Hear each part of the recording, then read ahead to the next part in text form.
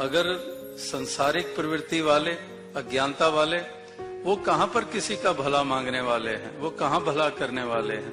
वो तो अपनों का भी लिहाज नहीं करते, वो तो अपनों को भी लूटने में लगे रहते हैं, अपनों को भी दबाने और दुत्कारने में लगे रहते हैं। तो कहां पर भला, कहां पर किसी के भले की कामनाएं, और भला करना तो दूर की बात है। तो इसलिए महापुरुष उस आधार की तरफ हमारा मन मोड़ते हैं कि ये आधार हमारा असल में यही है कि हम इस एक के साथ जुड़े और इसी एक की ज्योत घट-घट में बसी हुई देखकर हम हर किसी के प्रति सद्भाव मन में रखें और सबके लिए शुभकामनाएं करें और शुद्ध व्यवहार करें। इसलिए महापुरुषों ने इंसान तमाम को यही संदेश, यही एक पैगाम दिया है कि हे मानव, हे इंसान, तू इस तरह की जागृति को प्राप्त कर ले। दुनिया की तरफ तो जागृतियां हैं, कमाई कैसे करनी है, कामयाबियां कैसे हासिल करनी है, करियर वाइज, एजुकेशन वाइज, और चीजों की तरफ तो बहुत जागरूक है, उस तरफ तो जागृति है।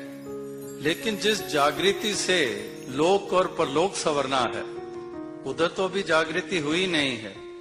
अभी तो वहां अंधकार छाया हुआ है, अभी तो गफलत की नींद में सोया हुआ है, वो अभी उठा ही नहीं है, जागा ही नहीं है, वो अभी जीवन में सवेरा हुआ ही नहीं है, अभी भी अंधकार ढोए चले जा रहा है।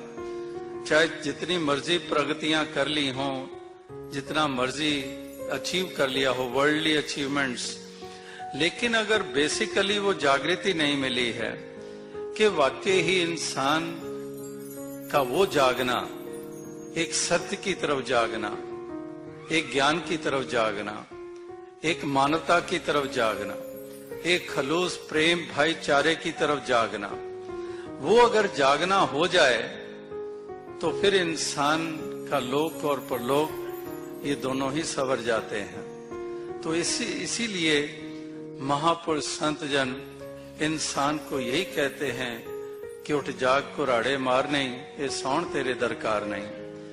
कि कहां गाफल हुआ सोया हुआ है तो बंदे तू जाग जा, और जागेगा तो पा लेगा, और अगर सोया रहेगा तो खो बैठेगा।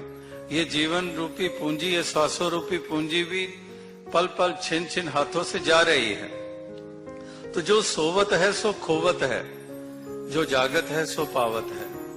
जो सोए रहते हैं वो गंवा बैठते हैं, वो लुट जाते हैं।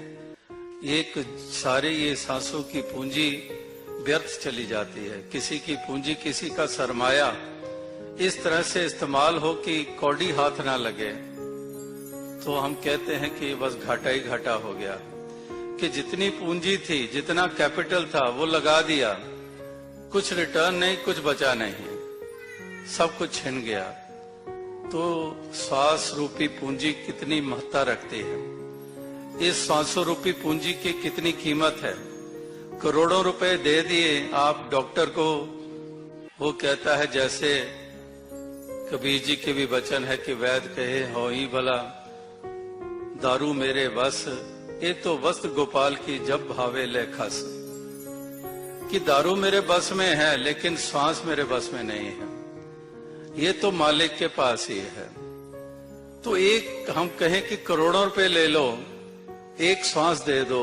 बस मैंने एक जरूरी बात पूछनी है कि जैसे आज मतलबी दुनिया है, मतलबी दुनिया ने यही कहने बस 2 श्वास दे दो, बस पूछना है कि विल मेरे नाम की कहां रखी है, बस इतना कुछ कर दो।